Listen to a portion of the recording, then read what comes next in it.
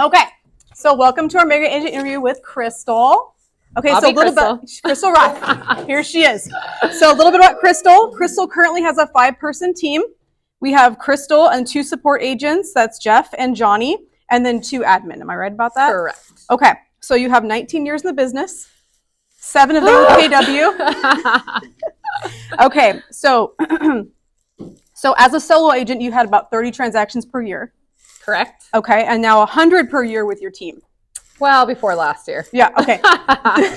Last year was a rough one for all of us. But even last year, you sold 49 homes. Last year, we sold 49 homes. With 25.7 million in volume. Correct. So that's, even in a down year, that's amazing.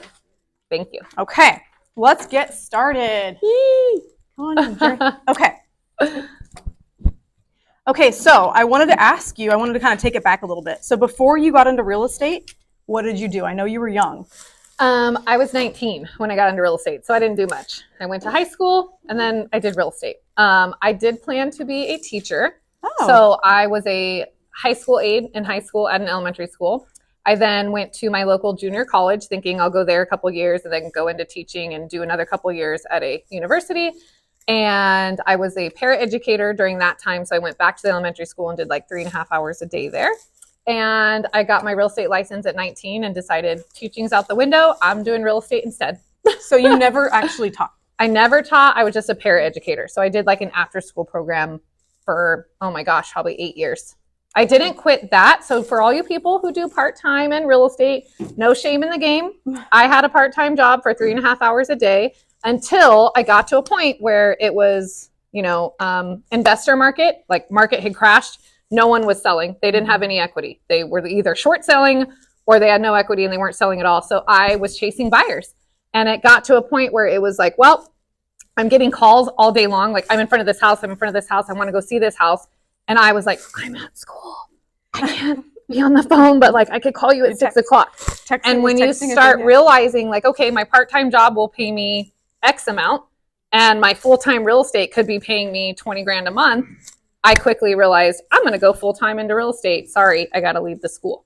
So no shame in your game, but recognize when like you could be making the money you could be making in real estate. And sometimes you have to go all in like my partner Jeff did. He left a full-time job that made good money to get a career that made great money and allowed him to do what he wants to do with his family. So that's amazing. No shame in part-time for a while.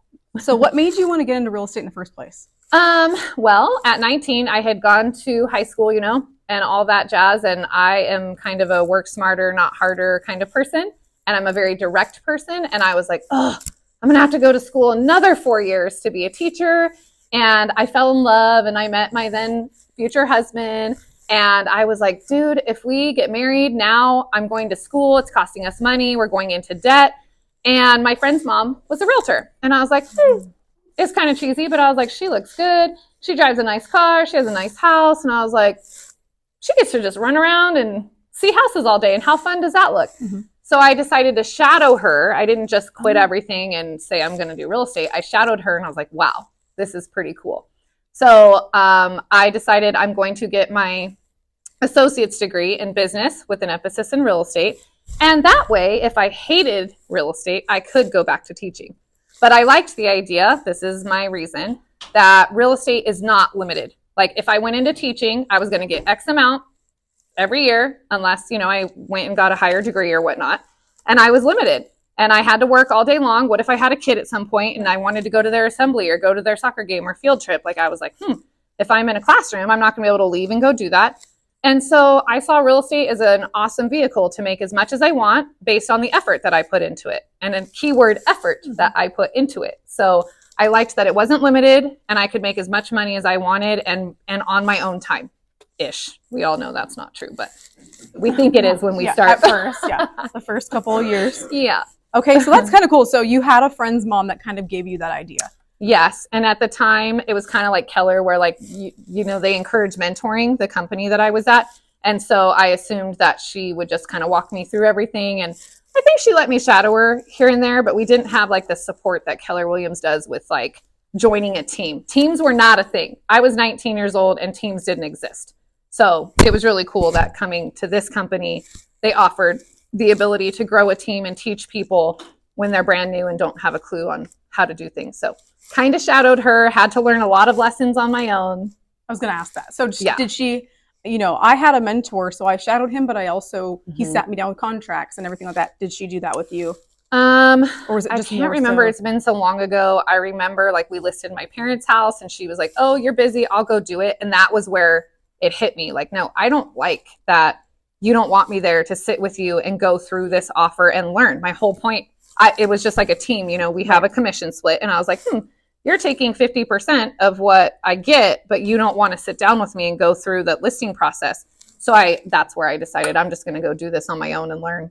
Okay. So, then I kind of want to go through your brokerages here. Sure. So you started at which brokerage? So I was 19 and I started with Exit Realty. That was a very popular company back then. They were really big on recruiting and not so big on like working.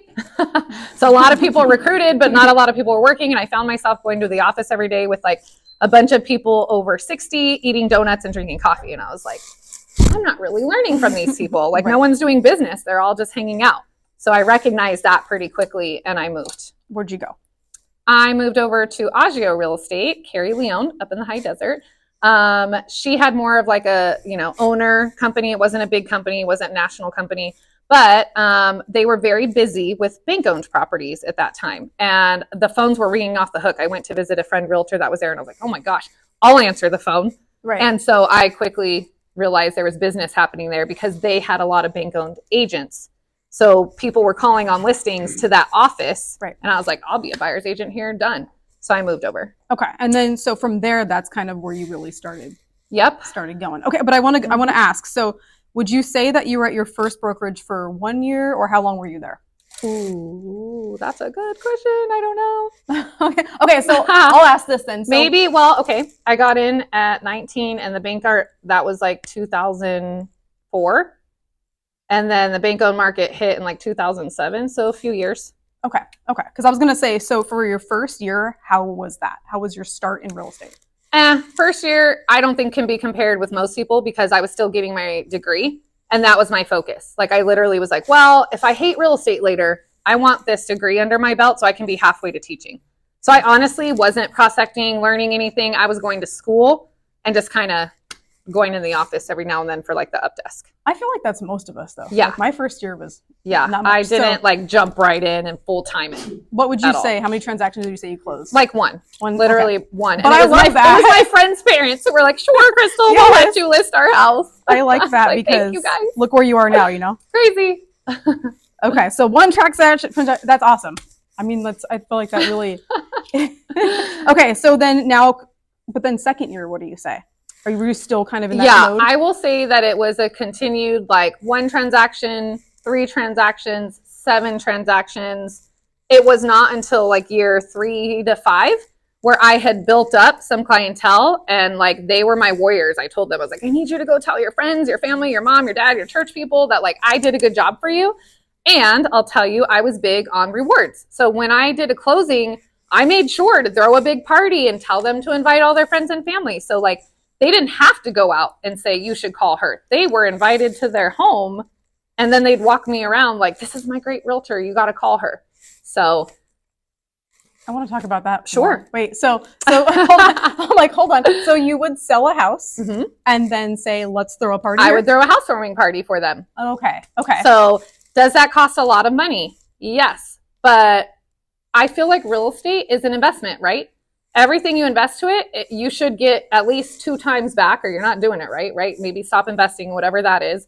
But for housewarming parties, I'm like, okay, it used to be like $500. Try hiring a taco man. It's like $1,000 now. I don't know what happened. Thanks COVID. Yeah. It used to be like $500. I'm like, $500 is more. Most people are like, a closing gift is what, $100 to Home Depot or whatnot. It was 4 times the cost of a normal closing gift. However, to have all of their friends and family show up and be like, this is awesome, congratulations. And they'd be like, thanks, Krystle did it for me. She's so great.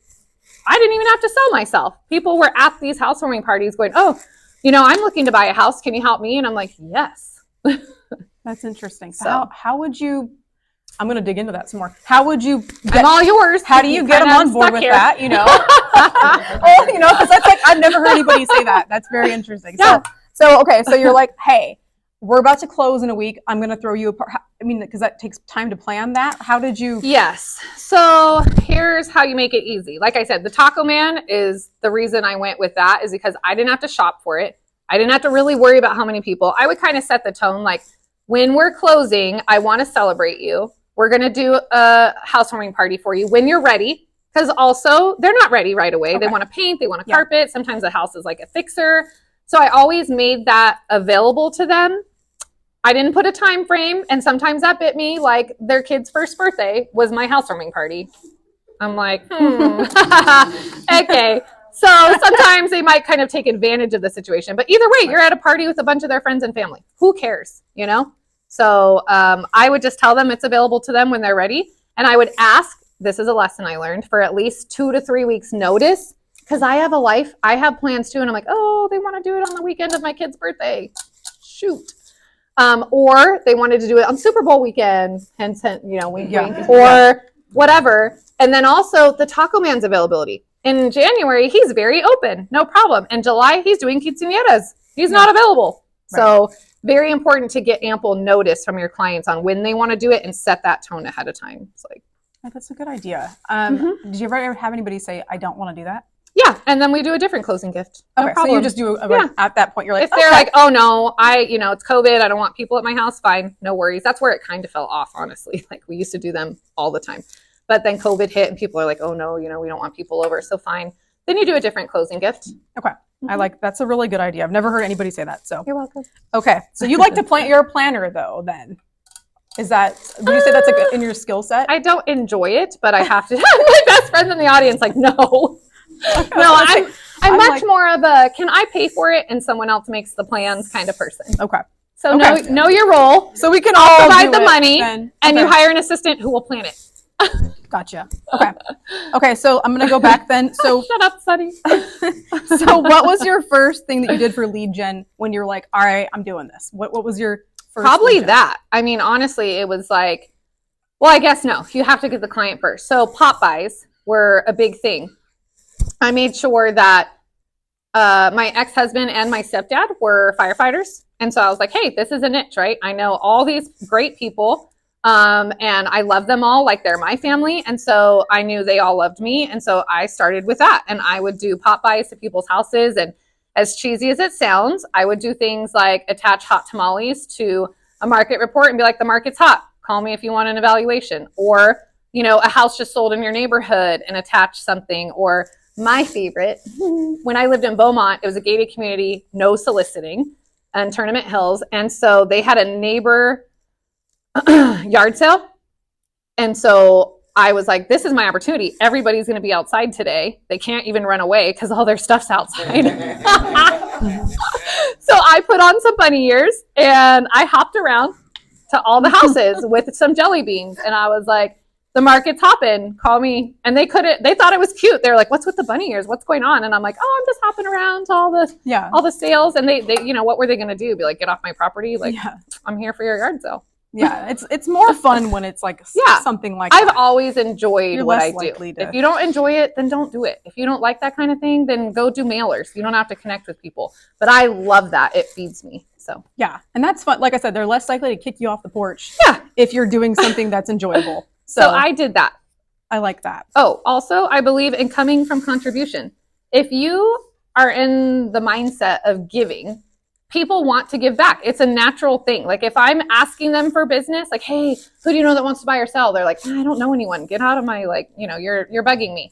But if I can show up and say, hey, your neighbor just got 50 grand more than what you bought for, I can make you $50,000 today. Would that be of value to you? Or your neighbor trusted me to sell their home. So I'm trying to do the best I can for them by asking anyone else in the neighborhood if they know someone that wants to move to their neighborhood. Do you know anyone? Not, do you want to move? How long have you lived here? They don't know me. They don't want to talk to me. They're like, get off my porch. But if you bring value and you bring contribution, like I dropped off market reports with like a treat, that's different than, can I sell your home? Right. So let's try to spin that like if you didn't have a listing in the neighborhood, right? But this is the neighborhood that you wanted to be in. So you could come and say, hey, you asked to do an open house on a house that's listed in that neighborhood. Right. And not all people will do that. Like I have a team. So I get call after call from people outside of our team when I get a good listing. They're like, can I hold your house open? And I'm like, oh, sorry, that's reserved for my team only. I do that twofold. Number one, I've trained people on my team. If you're out there holding an open house on my property, I have a reputation to keep. I don't want just anyone holding it open that doesn't know about my house, doesn't know the neighborhood. That's not for me. And I think my clients deserve that professionally, to have someone that knows about the home, is on my team, can be trusted to deliver the same service I deliver. Right. Roger knows. He's done like one because I was like, okay. And he did an excellent job. But for the most part, I keep that on my team. And number two, I want that opportunity. I think open houses are a great opportunity to meet people and get in that neighborhood and show your company and show your face and build your brand. So, and guess what? It's free. I agree. Like, why wouldn't you be holding an open house every day? At your own, yeah. If you have nothing to do, if you're a brand new agent and you came to me and were like, oh, the market's slow, I have nothing to do, I'd be like, did you hold an open house today? What else do you have to do? It doesn't even cost you money. So I would hold open houses and do pop-bys to people you know and continue to provide from contribution. So pop-by to somebody you know. Mm-hmm. Okay. So you're going to go to, let's say it's your aunt's house, right? Sure. And you're bringing by, was that where you would do like your hot tamale idea, or what? I would actually do that in my neighborhood. Okay. Like, I want to sell in my neighborhood, right? That's the biggest insult, to drive by a house and it's someone else's sign. Like, oh, yeah. Do they know that I'm here? So I would always try to go after my neighborhood first. You already live there. You should be an expert, right? You should know what's going on in your own neighborhood. Like, how easy is that? Right. So, okay. But what about like friends, family, stuff like friends that? and family, I would call them. I would drop stuff off to them just like that. Like, the market's hot. Here's a market report for wherever they lived. Okay. So my little, parties, housewarming parties and stuff, it was often with people I knew. So more people I know would come to somebody else's house and be like, oh yeah, Krystle sold. At this point, it's funny because I grew up in Apple Valley. And so I've pretty much sold a house to everybody in Apple Valley at the fire department. So it's funny to be able to say like, oh yeah, I sold his house and their house and their house. Okay. So I'm sorry, getting us back on track. We took a detour there, but when did you see your business grow? Like I said, year 3 to 5. Okay. And that's where you've established some sort of track record. You make sure people know that you did a good job. You make sure you check in with your past clients and ask them if they know anyone else that wants to move or sell, because they were great to work with and they probably have great friends and family that are just like them. So I would say so don't give up. They say a lot of people get out of the business in the first year. Yeah. Well, I did one transaction. I could have ran away too and been like, this isn't for me.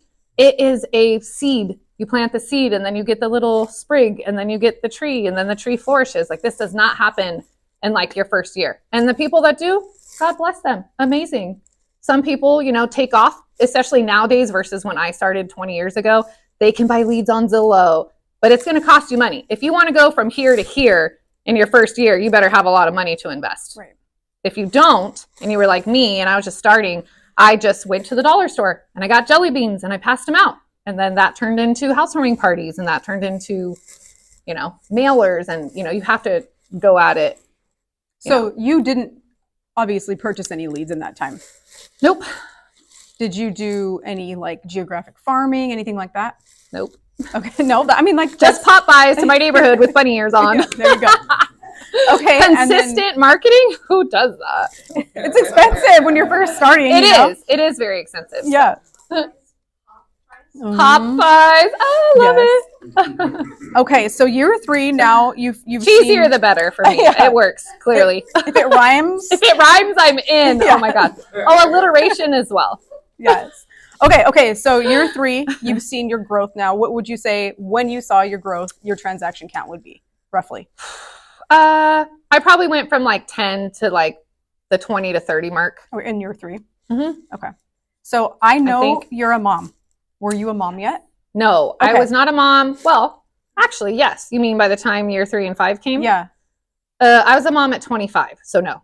Not yet. Okay, so you were able to kind of grow, Yes. So, because I do have mom questions for you. To be fair, I was a wife and he had a career in fire. So a lot of us think, I'm going to get into real estate and I'm going to be a millionaire.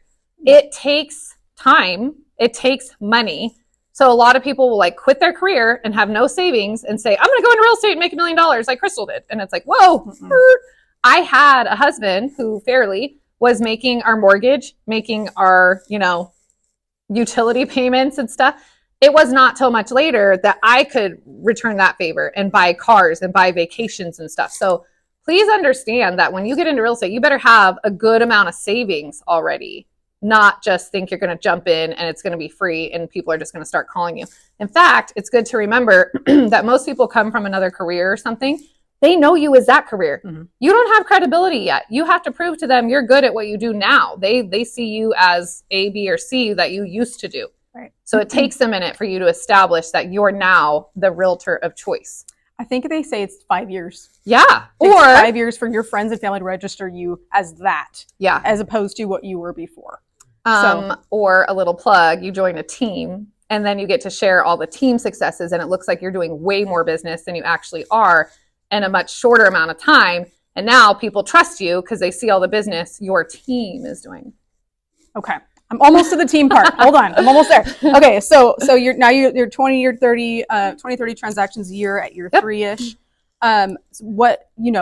What point were you like, okay, time to add something to this? I know exactly when and where. Okay. I lived in the high desert. I was married.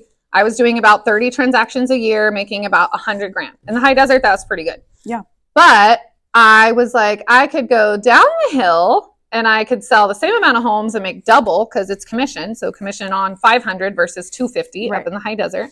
Or I can do half the business, and make the same amount of money, which is not Krystle style. I'm going to go big. So, but if I have time to talk about this story, real life, Sunny lived it with me. I moved down here thinking big fish, small pond, right? I was doing all the business up there. Everybody knew me. I had built all these great relationships. I had all these past clients. I was 10 years in. Okay, 10 years. 10 years in. I don't know what I was thinking. I moved down the hill and I interviewed companies and I joined the Perry Mundy group because she's doing all the business and everyone knew her and she was selling $1 million properties. And I was like, that's going to be me.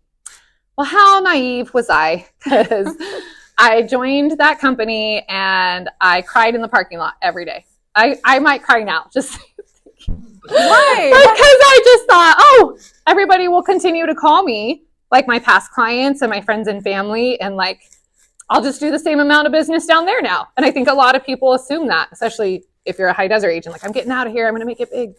And so we moved. We literally moved. That's a key point. I think you have to invest in your area. You can't just live up there and sell down here and be like, I'm an expert. No, you have to be invested in the community. I think once Hunter I will tell you, so there was this big gap, right? Where like Hunter wasn't in school yet. I didn't have relationships with anybody. So it was dry. I, in fact, was an idiot and changed my phone number to a 909 number. I know, this kills me to think. I had a 760. I had a 760 number and Perry Mundy was like, people know you're not from here if you have 760. You need to change your number. And I did. They would not know that. And I did. And I thought, so naive, you guys. I thought for sure that it would say, this number has been changed to. No. I left 10 years of clients and business and people with a 760. That person should go into real estate. Whoever got that number is probably like, stop calling me. I should have called. I should have called it and been like, if someone calls you, can you please refer them to me? I'll give you some. I don't know. Why didn't I think of that? Let me buy my number. I might call them back, huh? Right? But I didn't. I was just stupid, and I changed my number, and then suddenly I realized that, and I called it, and I was like, this number's been disconnected, and I cried some more. So I cried every day in Perry Mundy's parking lot, thinking, what have I done? I don't know anyone. No one's calling me. Everyone thinks I left the desert. I'm an idiot. And I used to cry and talk to Sunny and be like, I don't know what I've done. And then eventually I was like, you know what? You gotta put your big girl stuff on, and you just gotta go back out there and meet people and do what you love. So thanks to Facebook, I started marketing to people back up where I used to live. The desert's only an hour away. I was like, you know what? I'm not gone. I can still sell there. So I saw a bunch of people through Facebook and stuff that I was still friends with saying, I got to get out of the desert. I hate driving the Cajon Pass every day. So I started to market to those people. I'd be like, hey, I saw you post, you hate that drive. I can help you sell your house there and buy down here. Now I'm the expert because I know the desert. And you did that. And I know the Inland Empire, and I did it. And then I started to build my business back again. Okay. And then I went through a divorce. And I really had to build my business. So you like restarted like 3 times. Like, yeah. If I can do it, you guys can do it. I swear. In that 19-year period. Oh my gosh. Okay, so So you moved here. So it's interesting. So you built your business as a solo agent basically in the desert. For 10 years, I was a solo agent in the desert doing great. And then I decided I could do better. Also, big factor, Hunter was 3. So I was like, ooh, do I want him going to school here? Or should I get him in a better school district before he starts? Right. So that was a big factor too on why we moved. And since we had both grown up in the high desert where everything was brand new, moving to Redlands with like old houses, green carpet, and appliances that were like from the 20s, my ex-husband was just like, no, we're not spending $2,700 to rent a green carpet, old kitchen. So we ended up renting in Beaumont. We kept our house just in case we hated it down here, figured things out, kept our house, rented it, moved to Beaumont where everything was new, just like the high desert, and we were cozy and comfy there and we loved it. And then I think within a year, we decided to go a different direction. And so we divorced and we both rented here in Redlands, and I saved up enough to buy my own house. Okay. So you mentioned that when you guys divorced, now you have to get a whole new kind of book of clients too. Yes, you have to remember he was a firefighter. I was a realtor. He had retirement. I don't. He had insurance. I don't. And I was just man enough to be like, you know what? This is important to me to live the life I want to live. And I might fall on my face. We didn't do child support. So I really was taking a limb here. Like, I'm not going to be here just because it's, what's right. I know what I want for my life. I know what I want for Hunter. And I'm going to go do it. And so we went separate directions, and I rented for like a year and saved up and worked super hard. Sunny is my witness. And I saved enough to buy a duplex, which I highly recommend to anyone buying like their first home. And I lived in one half very humbly with my kid, and I rented the other half out, and that helped me live in Redlands because, by the way, my house in the high desert was $780 a month. Oh my gosh. For a whole house that was like built in 2006. And this was like that year. Yeah. And then I'm renting in South Redlands for $1,400 a year, a 2-bedroom, 1 bath. So that was a hard hit for Krystle, knowing I lost an income, lost insurance, lost retirement. Oh, and why don't you pay double for your house payment now? Cool. So I hustled. I had to. I really had to. So hustling, what does that look like? Now what are you doing? That means doing all the things that I don't always see all these new agents who complain doing. Holding open houses, door knocking, calling, meeting people, like literally joining clubs to meet people. I mean, I liked what I was doing, but like I made sure every conversation I had was like, oh, I heard you say you were looking to move. I'm a realtor. Key factor. I did not say I'm a realtor. Can I help you? Yeah. I'm a realtor. Can I help you? That's awkward and weird. But if I was at Hunter's elementary school on the playground and I heard Bob on the phone saying, I'm about to come into a settlement next week, and I'm going to buy an investment property, I might, when Bob got off the phone, have said, make a phone call and be like, yeah, tomorrow we're going to close escrow. Okay. So now Bob hangs up and hears me talking about an escrow, and I hang up and he goes, hey, so I heard you're in real estate, in a month or so, I'm going to be looking. And I'm like, oh, I'd be happy to help you. I'm just saying, I can't believe this. That's different than, hey, I heard you on the phone and you're going to need to buy something. Like, you want me to help you buy? I feel like it's tricky because like in like restaurants and stuff, Yes. we do hear people talking about that. And you don't want to be like, Yeah. hey. It's called Realtor Radar. Yes. You're like, beep, beep, beep, Yes. beep, beep. Yes. I actually met my fiance that way, just FYI. I want that. I need to hear that story, I think. Yeah. We have time. We have time for that story. Well, I was waiting for my friend to show up to dinner, and I was sitting at the bar waiting till she got there. And a gentleman right here next to me was talking to my now fiance on the other side of him and was saying how like he was getting a divorce and he was going to have to move. And my Realtor Radar went off, and I was like, so I handed my card over, and I'm just really down to earth with people. I was like, look, I'm obligated to let you know that I'm an expert in real estate, and I hear you talking that you're going to have to move soon. So if you don't have a realtor that you already know, like, and trust, I'd be honored to sit down with you and walk you through that process. Right. Wasn't cheesy. I wasn't like, oh, I'm a realtor, you have to call me, let's talk. I was just like, hey, this is what I do. If you need help, here's my card. And I left it at that. And then next thing you know, they were talking to me, and then next thing you know, we were playing pool and I was kicking butt, and my fiance fell in love with me. Did you sell his house? No, I didn't sell that guy's house. That's okay. You I got a actually fiance. don't know where that guy went, but I got a fiance and Yeah, there you go. but I'm getting married now and that's fine. Okay, so I want to ask you, now you're a solo agent. You've restarted like 5 times. Yep. And when did you decide, okay, time to add to my team, time to, Yes. let's make a hire? So ironically, it was Keller Williams. I got to be honest. I was working with Perry for a few years now, doing okay. I was still doing about 30 transactions a year on my own at her office. I wasn't really getting leads though. The people I was working with were past friends, clients, firefighters that I still kept in contact with. And so I really recognized like, hey, you know, you guys are probably giving up a portion of your commission to your broker. Like, what is your broker doing for you?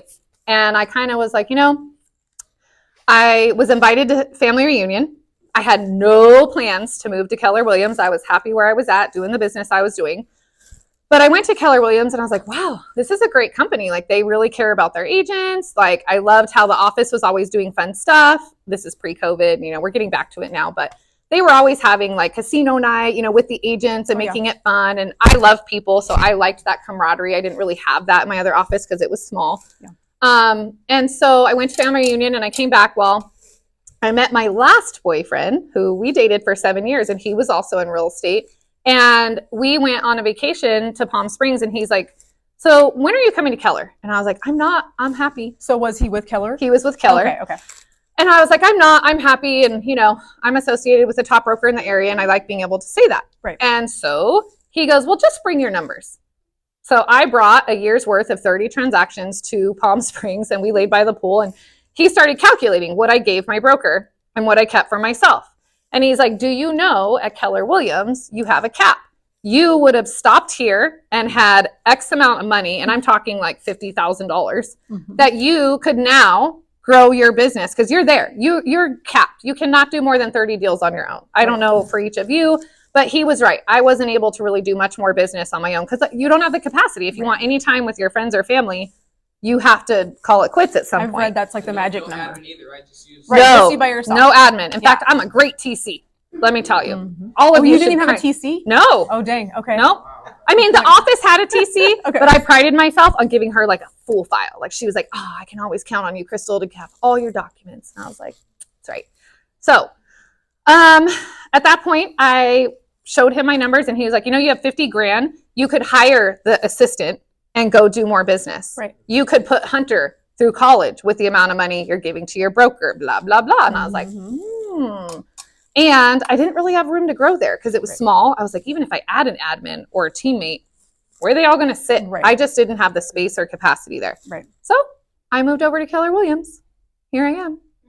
So when 7 you came years here, later. You came here and immediately were like, admin, let's go? Or Yes. Yep. Went right into it. Luckily, he was like 7th level, like had stepped out of the business, had listing agents, had buyer's agents, had admin, had several admin.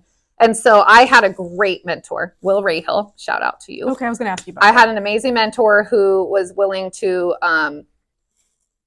share that with me and experience that with me so that I could grow. And so he gave me a lot of insight on systems and running a team. I am not at his level by any means, but I wasn't scared to hire admin anymore, to become a corporation, to hire a payroll person, which I would have never done on my own. I just wouldn't have. It was daunting and scary. And I was like, oh my God, what do I do? Who do I hire? He helped with that. So okay, that's awesome. So and Keller Williams also helps train with that. They have several courses on how to go from E to P, entrepreneur to like running your own systems. So, and stepping out. So, right. Okay. That's very nice. I didn't know Thank that. you, Keller and Will Ray. Yeah, good for them. Okay, so let's talk about your systems. I know that there's, let's talk about what a day in your life looks like. I want to know. Day in the life. Actually, I'm proud because as of the last couple months, we've actually set up more systems. Because I got to admit, sometimes even I am like, how do I do what I do when I do it? Like, I don't know. I get to the end of every day and I'm like, what happened to the day? Yeah. So as of late, our goal system is to come in and prospect till 11 or noon. Goal is noon, but you know, sometimes you just got to return calls and get to emails and open escrows and whatnot. So the goal is to prospect in the morning, have your lunchtime, and then go on appointments in the afternoon. So does that always happen for my day? No. I get in the habit of like checking my email, or my assistant checks my email and goes, hey, you need to, deal with this or call back this person who called last night, blah, blah, blah. So do I get sidetracked? Yes. But the priority for me is appointments, like trying to set an appointment or go on a listing appointment every day. I don't work with buyers really anymore, unless it's like my best friend or my mom or dad or somebody. We have agents on our team that get leads for any buyers that call in. But on a day-to-day, I would say I'm prospecting to earn new business, or I'm maintaining my business, like my escrows, and making sure I call ourselves like professional babysitters. Like, we sell real estate, but if the escrow's not at the time period doing what that time period calls for, if the lender's not where they should be, if the buyer's agent didn't get in there to do an inspection, our whole deal is going to fall apart. Right. So what makes me an expert at this point is I know who, what, when, and where should be doing who, what, when, and where. And so I can like literally target anything in a transaction and be like, appraiser hasn't gone out yet. That's weird. We should call. When you're new, you don't even know. And 10 days in, you're like, an appraisal should have happened? Yeah. Yes. It changes so much too. You left him. Maybe you've been there. So as a professional now at this point, I know what should be happening and when. So I will say a lot of my time when I look back on a day is like, calling that appraiser, the home inspector, the buyer's agent, the lender, going, I don't see you doing what you need to do, and we can't proceed with what we need to do till you do what you need to do. So it's a lot of maintenance at this point. I also do a lot of past client events. So some of my days are often planning with my assistant, what's the next event that we're doing to gain new business. Okay, so I want to talk about that. A lot of my time is to that, I would say. Let's talk about your past client events. Okay. So how many do you have a year? The goal is at least one a quarter. And then now we're doing a monthly happy hour with our clients, where we get to touch base with them, or bi-monthly. It depends. Some months are super busy, like April's coming up. It's my birthday. It's Stagecoach. There goes the month. I mean, kind of. Just kidding. So there's certain months where I'm like, maybe happy hour next month, or it's Easter or Halloween, it just depends. But for the most part, I'm aiming to touch base with my clients once a month. Like what opportunity do I have to get in front of them again? And then you do coffee with Krystle too. Yeah, Fridays. Everybody's welcome. Does everybody show up? No. Sometimes I'm by myself. Yeah, you get your own coffee. Social media doesn't tell you that though, huh? You think I'm busy? You don't post those when you're in an empty little coffee house? Sure. No. Are we going to have question time? We can. Do you guys want to wait just 1 minute? Sorry, I have a couple more questions. You got like 15 more minutes, so I'll stay as long as you want. Okay. I don't know about her, but no. She's like, I gotta go. Okay, so do you have any favorite books, podcasts, anything that you would say, listen to these? Yes. Number 1, Sales Velocity. Sounds cheesy. I hate the name of the book, but it really talks about how you connect with people and reminding you that you don't have to be right. Like, you may have grown up where a certain culture believes a certain thing and acts a certain way, and then you're going to go sell that person a house, right? And just because the way you grew up and your culture acted and whatever you experience is different, sometimes we let that get in the way of how we communicate with people or our belief systems or whatever. And we forget that our goal, we have a fiduciary duty to take the best care of that person and meet their needs. And so you can't really let your stuff get in the way of how you interact with people. And I think people forget that. They go post their politics on Facebook and stuff like that, or fight over something with a client, and it's like, ooh, you're just creating distrust in them when you're not on the same platform. You don't need to be fake and be who they are, but there is an element of mirror matching with people that you have to be aware of. And if they feel like you're not on their side or you're in disagreement with them, immediately you're not going to get that listing. Right. So sales velocity is very much, processing that, and how even if you're different, how you can still connect with people. The 5, yes? Is it sales velocity? Sales velocity, yes. I don't remember the author. Number 2, the 5 love languages. That will always and forever be my favorite book. Whether you're 18 or 80, I suggest 18. If your kids are graduating high school, you should have them read this book and learn how they love and recognize that people love different ways. And it's going to help you in all of your relationships. It's going to help you understand your clients. your spouse, your children even. And that it's like a communication. You know, how does your family communicate? How's your client communicate? The 5 Love Languages is one of my favorite books, just period, for life. Nothing to do with real estate. Okay. And then What to Say by Phil Jones is my new real estate Bible. Honestly, I'm reading that right now. I think he is phenomenal. Like, I'm just in love with this guy. I'm guilty because I'm getting married, but like, I love this guy, Phil Jones. He's so good. He's just a natural at like what to say. I mean, there's just no conversation. I feel like I'm reading in his book that you're like, you can't handle. Right. So he's an excellent author. I suggest that book too. Okay. What are your goals moving forward? Goals. Interesting question. That wasn't on the list. Wasn't it? I don't think so. My goal. I think my goal is to pivot. We're at an interesting time in real estate where a lot's up in the air. People don't know how it's going to go for both buyers and sellers and clients. And so really it's just being proactive and saying, okay, how am I going to change with this, and not fighting it, and just understanding like it is what it is. And you know what? Guess what? For 20 years, we've done that. Just maybe not at that level, but like I had to move and I had to pivot and I had to go meet people and I had to build relationships all over again when I didn't know anyone. And when contracts change, you're like, I just learned that contract. Now I got to learn this new contract. You know, a few years ago, the whole real estate contract changed. A lot of panic. How's this going to work? You just have to grow. So my goal is to stay in business by pivoting. Stay in business. And also, like, I would say my 5-year goal, my fiance is going to be able to retire in 5 years. And at that point, I would like to be able to do that with him. Okay. Now, real estate is an awesome career where you could be 90 and still do it. You know, it's not a physical barrier for you in general. But I don't want to have to do it. Right. I want to do it. So kind of like your friends and family. If they need you, cool. Yeah, if they need me and I want to do it, cool. But if I don't have to, and I don't feel obligated to do it. I like that. Okay. And now my last question before we take questions is, what drives you? I'm very competitive.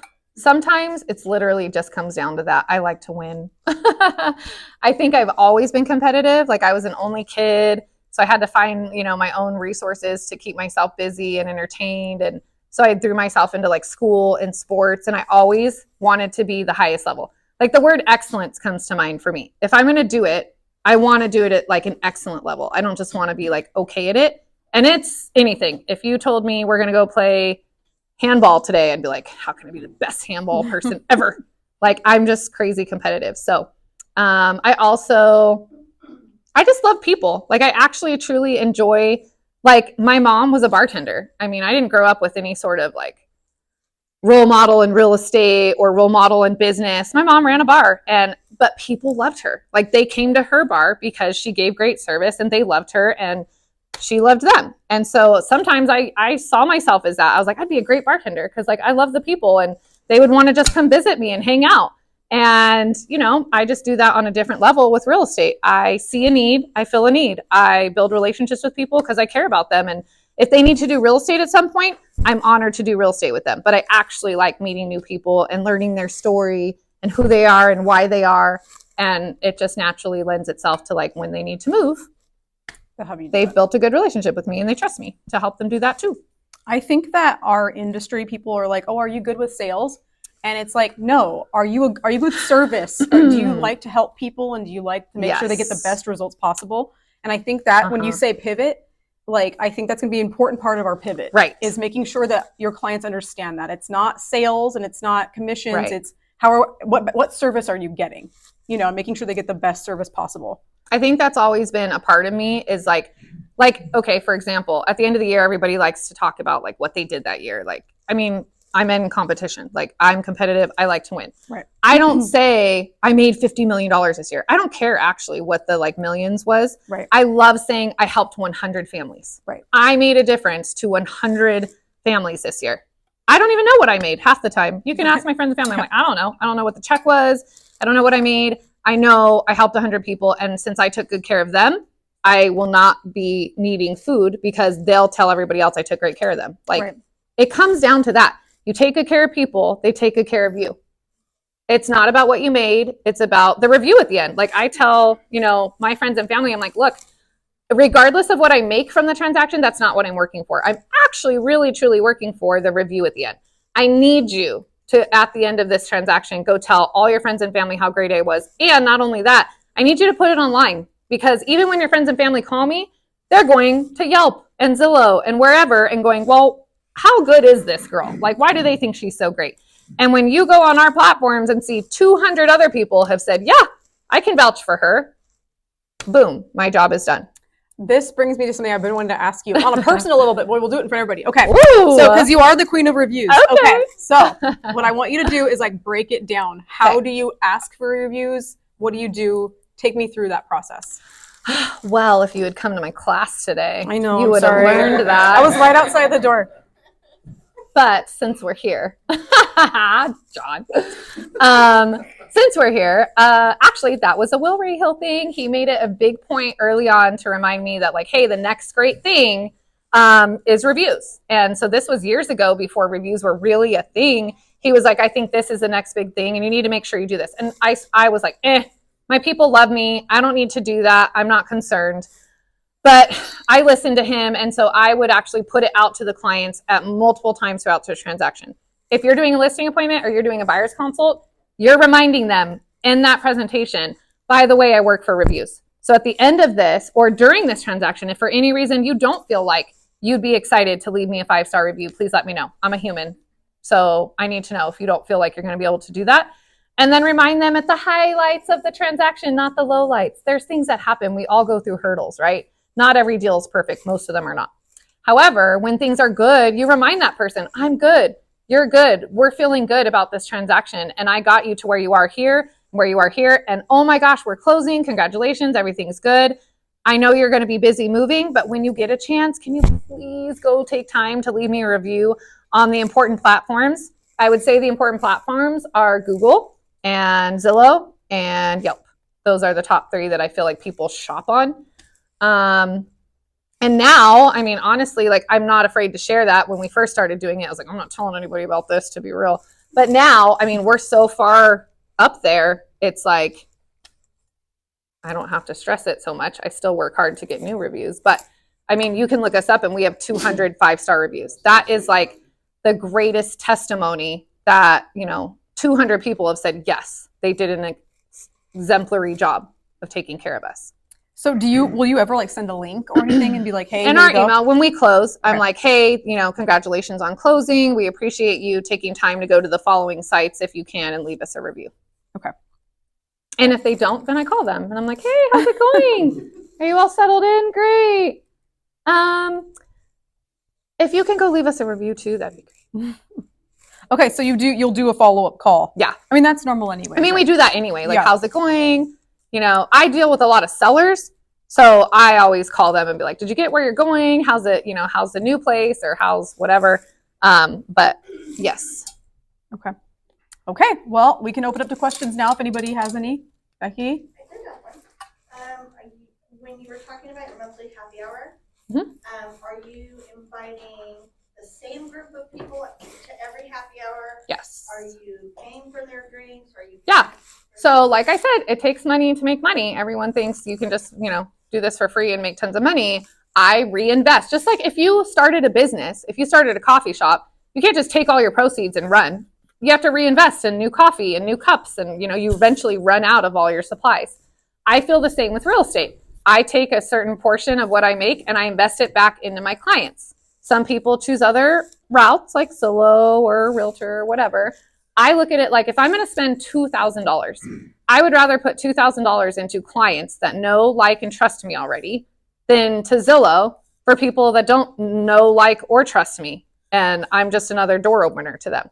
So for me, I'd much rather put my money into my clients. So I enjoy doing that. So happy hours, for example, we email all of our past clients and maybe even some clients we're currently working with, and we invite them to wherever we're going to do it that month. And we send an email out and say, hey, happy hour is on this date at this time. And for an hour, it's like open bar, like come get a drink or have pizza or whatever. And you're just enjoying their company. It's so nice if you think about it.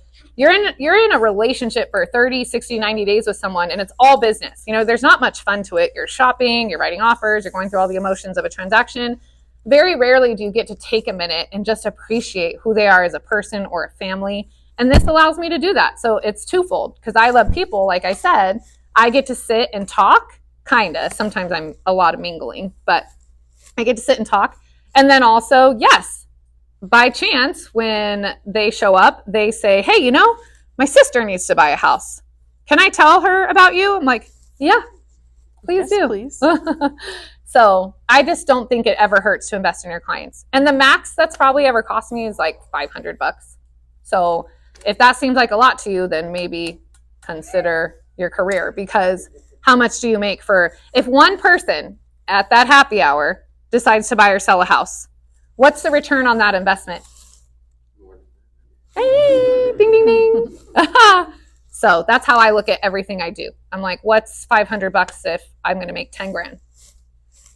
And it's a write-off. Half the time So- nobody says I need to buy or sell a house. But what if they did? What if they did? Even if out of 6 times one person says, oh, I need to buy or sell, or my friend, can I bring my friend? She wants to buy or sell. Sure. Bring her over. So yeah. That's fun. And I'm not afraid to say that, because I already have my friends and family. You guys have your friends and family. It's not like you're going to steal my friends and family to your happy hour. Go for it. I don't care. My people love me and I love them, and they know that. And that's why they'll continue to work with me. So Right. I enjoy investing in them. So do you do a monthly newsletter? That's just a question I have. Yeah, I have a goal to do that. And every now and then it gets out to my neighbors. Yeah. But yeah, I'm working with my assistant on that to be more persistent, I'll say, with me. And being like, hey, you know, if you don't tell me who, what, when, and where, your newsletter is not going to go out. Because I'm a little bunny. I'll just hop to the next thing. Mm-hmm. And so you got to like set me down and be like, what do you want in the newsletter? And then Cammie is outstanding, and she'll make sure it happens, but she has to get what information I want on there. Yeah. So poor Cammie. That's the hard part. You're like, you do it. Yeah, You be exactly. me. Yes. Anybody else? No? Well, You had a question, right? Oh, okay. okay. Okay. That's Very fine. good. What about you, Krystle? You have anything else that you think I might have missed that we should know? No, I just say don't give up. I think it's so easy to get exhausted by this career and feel like no one appreciates what you do, and also when you feel that way, because you will. I mean, gosh, I'm getting emotional just inside thinking of like, you know, there's so many facets to real estate. But like when you feel that way, go do what you like. Like there's got to be some reason you got into real estate. It's because you like the people, or maybe it's just the money. Maybe you like the money. Well, then instead of saying there's no business to do, or I don't feel good right now, go do what makes you feel good. It's all up to you. That's again why I got into real estate, because no one can hold you back. If you don't feel like you're doing the business you want to do, it's your fault. Plain and simple. The market is the market no matter what. There's still people doing business. Like what's different for them? They're out doing it. They're out door knocking. They're out calling. They're out holding open houses. So if you're not doing all of that, and then you come to me and say, oh, the market sucks, or I don't have anything to do, I've got no empathy for you. If you're doing all the things, then maybe it's a conversation. Maybe it's a coach you need to get to have better conversations with people if you're doing all the things and still not getting business. Because it is a slower market. There's less homes, let's say, to sell or buy. But honestly, it's an effort. You get what you put into it. So don't give up just because, just go do more, I would say. I like that idea. And when you're feeling down, like I said, I plan a happy hour. I'm like, I'm going to plan a happy hour and I'm going to meet all my friends that love me and I've done a good job for them and they're going to boost me up. Even though that person didn't pick me at that listing appointment, I'm going to go be around people that like me and want to work with me. Like, stop putting yourself in a position with people that aren't ready to work with you. Go find the ones that are. So. I like it. I just have a quick question.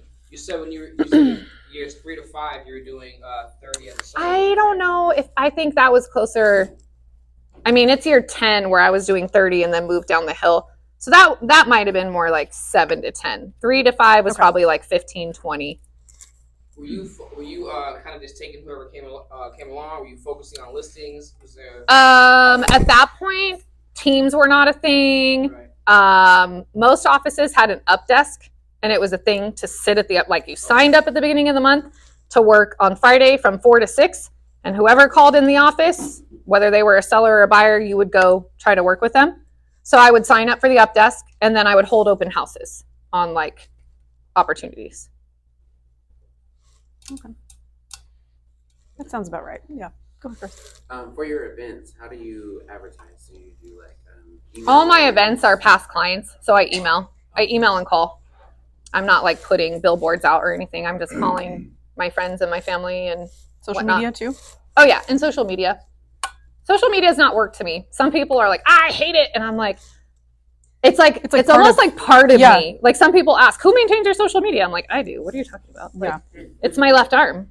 Who else would do that? So I just enjoy sharing. I think it's fun. So it's like a natural, almost like I used to love to scrapbook, but like no one does that anymore. Facebook and Instagram are my like digital scrapbook now. Yeah. Right? Go ahead, Jerry. Jerry, hi. I love you.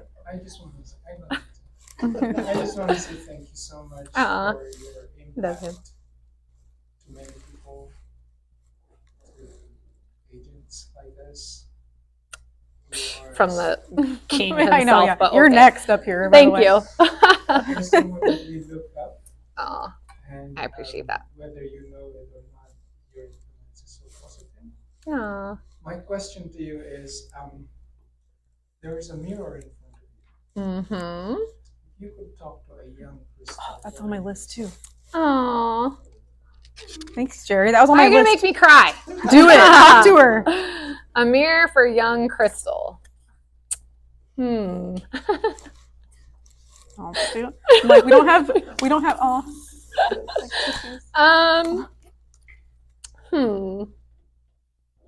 I think I got married pretty young. Like I didn't take time to be Krystle. I got married really young, like 21, and I dated him since I was 17. I don't regret that. I have my son, and he was a great husband to me. But I think I didn't know really who Krystle was yet. And as I grew up, you know, we grew different directions.